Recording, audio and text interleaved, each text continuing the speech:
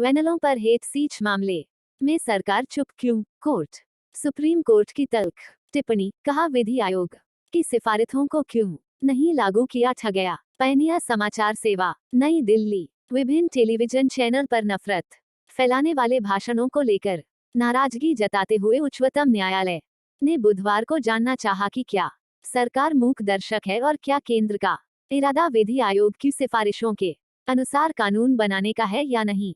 शीर्ष अदालत ने यह भी कहा कि विजुअल मीडिया का विनाशकारी प्रभाव हुआ है और किसी को भी इस बात की परवाह नहीं है कि अखबारों में क्या लिखा है, क्योंकि लोगों के पास अखबार पढ़ने का समय नहीं है।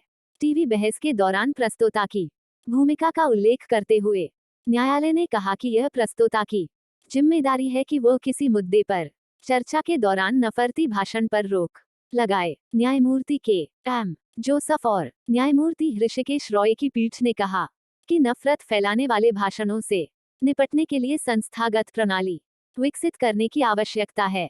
न्यायालय ने इस मामले में सरकार की ओर से उठाए गए कदमों पर असंतोष जताया और मौखिक टिप्पणी की। सरकार मूक दर्शक क्यों बनी बैठी है?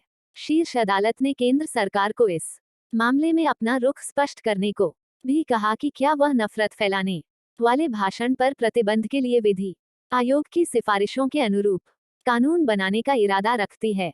इस बीच पीठ ने भारतीय प्रेस परिषद और national association of broadcasters NBA को अभद्र भाषा और अफवाह फैलाने वाली याचिकाओं में पक्षकार के रूप में शामिल करने से इनकार कर दिया। शीर्ष अदालत ने कहा, हमने टीवी समाचार चैनल का संदर्भ दिया है क्योंकि अभद्र भाषा का इस्तेमाल दृश्य माध्यम के जरिए होता है। अगर कोई अखबारों में कुछ लिखता है तो कोई भी उसे आजकल पढ़ने का समय नहीं पढ़ता है। किसी के पास अखबार। वरिष्ठ अधिवक्ता संजय हेगड़े को न्याय मित्र नियुक्त किया और उन्हें याचिकाओं पर राज्य सरकारों की शीर्ष अदालत ने मामलों की सुनवाई के लिए 23 नवंबर की तारीख तय की है।